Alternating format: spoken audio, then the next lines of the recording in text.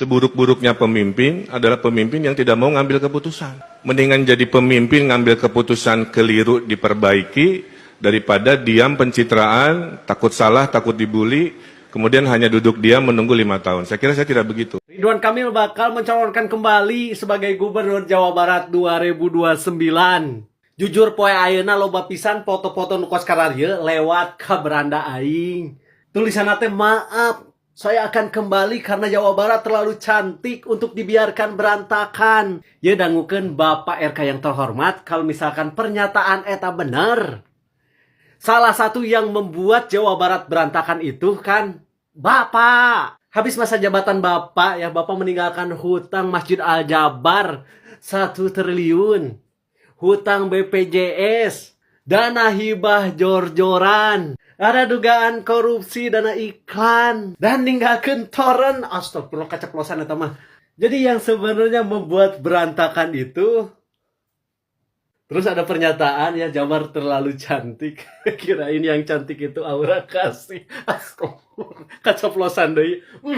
Poeina loba keceplosan aing. Saya sebenarnya tidak mempermasalahkan ya RK mau nyalon lagi atau tidak gitu. Eta mah hak RK, hak Ridwan Kamil. Kalau misalkan ada yang milih. Tapi eta pernyataan Jabar terlalu cantik, sayang untuk dibiarkan berantakan. Aduh eta yang mudah-mudahan eta teh nya lain pernyataan RK. Da ame sampai ngecek loh browsing di berbagai media online. Eta nya Ridwan Kamil tidak pernah berstatement seperti itu. Cik atuh ieu mah buat oknum yang tidak bertanggung jawab. Anu niat banget gitu nyieun gambar eta dikasih tulisan seolah-olah Ridwan Kamil berstatement seperti itu. Tujuanna naon? Ari eta teh pendukung RK apa haters RK? Oh kanyahoan ayeuna mah jadi sia selama ieu ngagogoreng Deddy Mulyadi teh hanya karena hayang Ridwan Kamil jadi gubernur deui di 2028 gitu.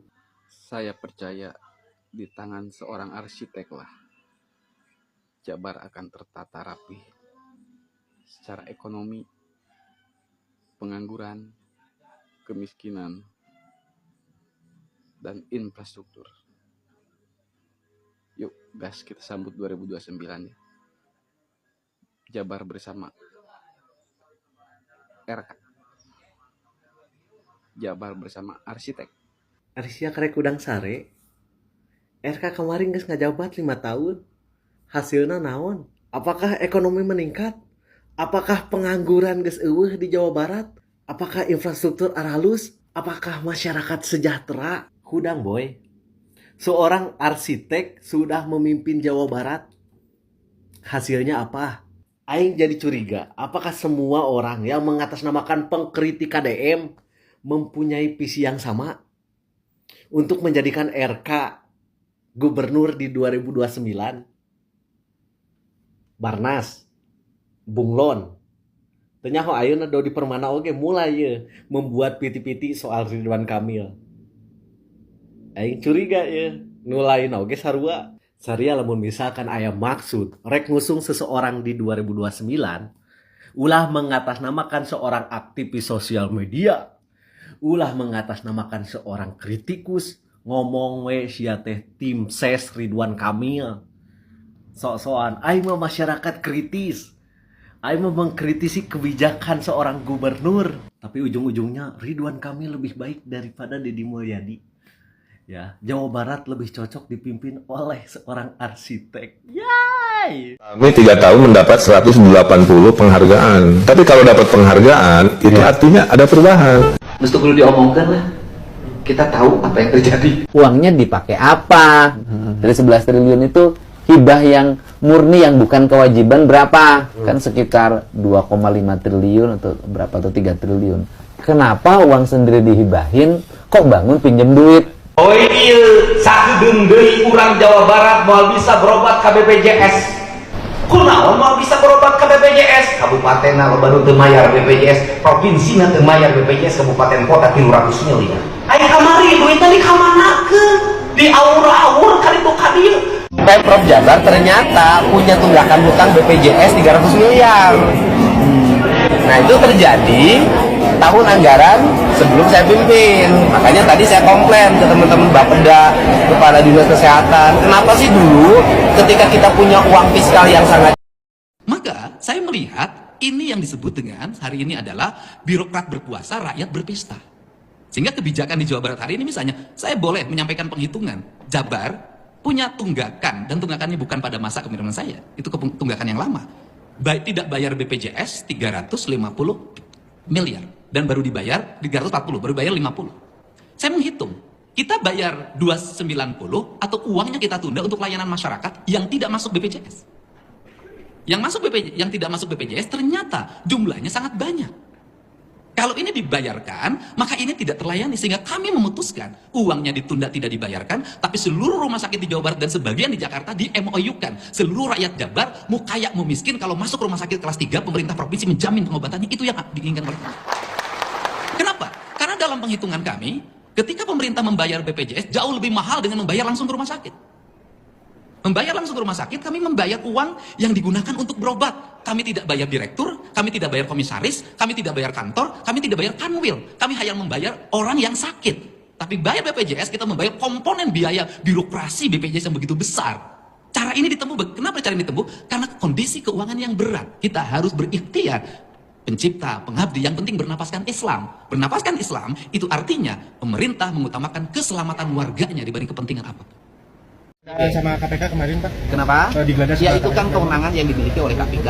Yang terpenting bagi kita adalah mendorong agar manajemen BJB tetap bekerja dengan baik, melayani seluruh nasabahnya dengan baik. Insya Allah regulasi hukum tetap berjalan karena itu bersifat personal, tapi kelembagaan BJB tetap berjalan melayani seluruh kepentingan regulasi layanan keuangan BJB. Dan ini adalah momentum BJB untuk melakukan perbaikan, pembenahan, restrukturisasi, realokasi pembiayaan yang harus dilakukan. Jadi jadikanlah pemeriksaan KPK ini hikmah untuk berbenah. Enggak, Mbak. Bapak mau nanya atau mau marah? Enggak mau, aku mau mikir solusinya aja, Pak, sebagai Kalau saya jawab, udah, Bapak mau dengar nggak? Iya, Pak. Ya. Tenang dulu. Udah kesel soalnya, Pak, udah 2 bulan ya, Pak, kerendam nggak ada solusinya, Pak. Daya kolot dari 200 tahun lalu juga banjir, Pak. Iya. Terowongan sedang dikerjakan. Non? Cienteng sudah selesai. Cuma nggak ada itunya, Cienteng, Pak. Dengerin dulu, saya mau bicara. Rumah saya pindahin dulu. Tugas sana, tugas sana Cikarehes. Saya kasih 10 juta per kepala keluarga. Mantap. Oke. Berapa bulan? Nah, Berapa bulan? Berapa bulan? 10 juta itu Pak. hah? Untuk berapa bulan? Untuk relokasi selamanya. Karena direlokasi kurang banyak Ya, maksudnya selama dipindahkan itu kan dikasih waktu nunggu relokasi berapa- nanti. Sampai Relokasi relokasi, sama- mudah-mudahan kalau relokasi kan bulan April, Mei sudah selesai pembangunannya. Marina Kaim Hanyar. Siap. Siap. Siap. 1 juta. Bapak aing teh atuh. Aing ditipu ini. Nah, Ngeri aing rek digeleng, ampun. Ini KDM bener-bener mau bikin sirkuit ya. Ini udah tinggi banget nih, trotoarnya tebal, hotspotnya tebal. Wah, gubernur mana yang bisa nyaingin KDM? Jangan kan nyaingin, ngikutin aja, nggak ada yang berani. Semuanya cuma nyisir. Gubernur kok ngonten. Gubernur ngonten kok kerja nyata. Mantap jiwa. Ngeri aing rek digeleng, ampun. KDM Sentil Ridwan Kamil. Anggaran Provinsi Jawa Barat jalan baheula panggedena 400 miliar, ayeuna 4,5 triliun. Baheula ke 400 miliar anggaran jalan APBD-na sabaraha 37 triliun. Ayeuna APBD provinsi sabaraha 28 triliun, turun. Kunaon turun? Hiji, dana bagi hasil pajak kendaraan bermotor. 2, penundaan dana bagi hasil pemerintah pusat ke provinsi hampir 3 triliun. Mundur kuring ngabangun teu, maju terus urang taekeun anggaran pembangunan kumaha? Puasa birokrasi asup gubernurna, rakyatna kudu pesta. Carana kumaha diatur? Asup gawe diatur, listrik diatur, telepon diatur, internet diatur, perjalanan dinas diatur, efisien, bisa. Gubernurna tara ngantor tara, jeung naon aing di ruangan olokkeun listrik. Jeung naon aing di ruangan olokkeun AC. Mending muter ke setiap tempat, naon masalah bereskeun, naon masalah bereskeun. Aing dipilih jadi gubernur, lain gubernur mengajukan kursi, tapi gubernur nyejahterakeun rakyat. Banyak yang nuntut KDM mengundurkan diri Mulyadi dari jabatan Gubernur Jawa Barat. Ya iyalah, karena mereka maunya Pak Deddy Mulyadi jadi gubernur di provinsi mereka.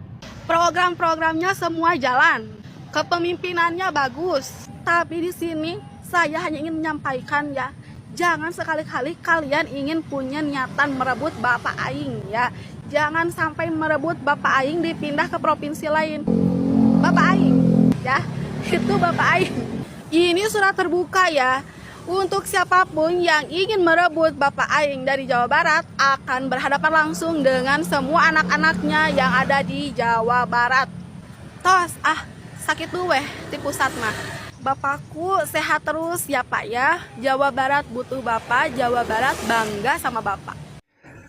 Jawa Barat terlalu cantik untuk jadi berantakan. Makanya Ridwan Kamil akan kembali nyalon di Pilgub 2029. Benarkah itu pernyataan resmi Kang Emil? Salam waras, sampurasun. Kalimat di meme itu terdengar indah. Masalahnya, itu bukan ucapan resmi dari Ridwan Kamil.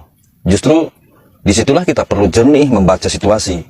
Seringkali, narasi seperti ini bukan lahir dari fakta, tapi dari konstruksi opini dibangun oleh pihak-pihak yang punya kepentingan. Dan hari ini, ketika Jawa Barat mulai lebih terbuka, lebih transparan, dan lebih berani membongkar persoalan, tentu ada yang merasa terganggu.